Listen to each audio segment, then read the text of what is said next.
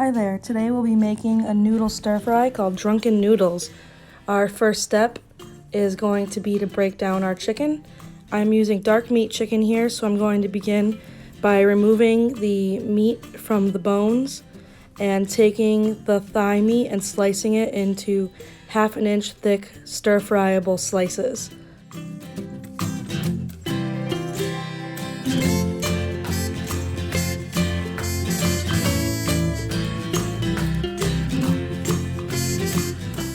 Once you have your chicken already trimmed and sliced, we're going to add a drizzle of sesame oil and a good pinch of salt. Simply mix that into your meat and we'll set it aside to let it marinate. Next up, we're going to be trimming our green beans for our stir fry. Simply cut off both ends and slice it down the middle so each section is about 2 inches long. Just like that. Next up is our scallion. We'll be slicing them in about 1 inch segments. You can go ahead and add them to the same bowl that your sliced green beans are in. Cabbage is next. Treat it roughly the same. I like to just cut it crosswise down the stem, then take the flatter parts and cut it down the middle so they're all pretty even pieces. We're also going to be adding egg into our stir fry, so take 2 eggs, just simply crack them into a bowl, and I like to just whisk them with a fork for about 30 seconds until they're nice and smooth.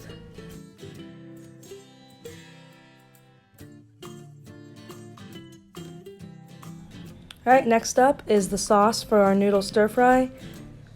All we're going to be doing is combining our sauces. So I have 1 tablespoon of sesame oil going in.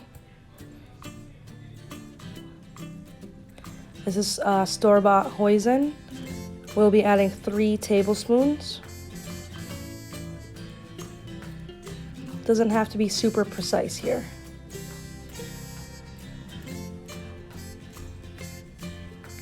Next up, we will be adding oyster sauce. This can be found at most grocery stores.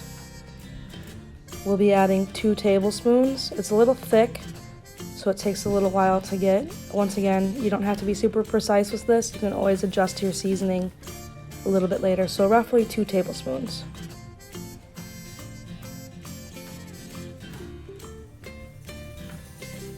Next up, just a basic soy sauce.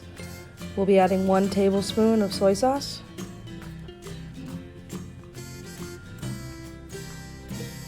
Last but not least, we have sugar. We'll be adding roughly 2 tablespoons of sugar to the sauce. Then just give it a nice little stir and set it to the side.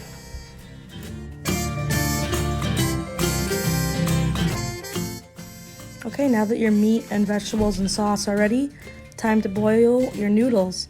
I'm using a Chinese wheat noodle that I got at a market, but honestly, just any spaghetti or fettuccine noodle works just as well.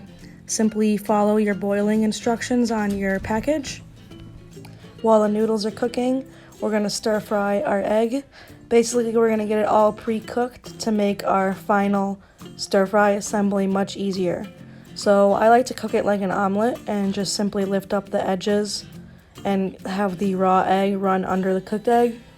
Once your omelet is cooked, we're gonna set it aside and we're gonna cool it and cut it. Scrambling the eggs also works just as well.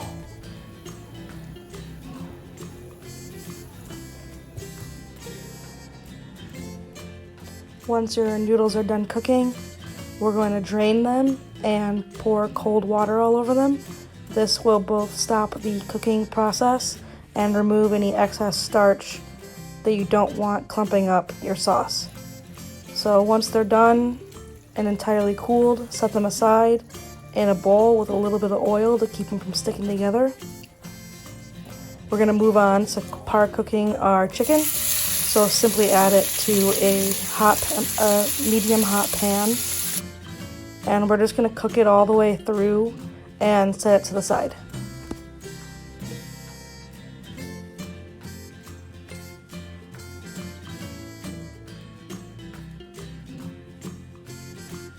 Okay, now all my chicken has been cooked. I have my vegetables ready. We're gonna begin the main stir fry. So we'll have cooked chicken going into a pan.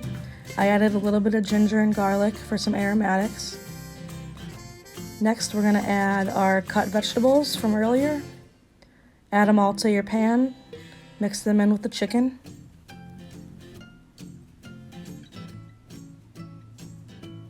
This will take a few minutes, so just be patient. Next, we're going to add our cooled and oiled noodles.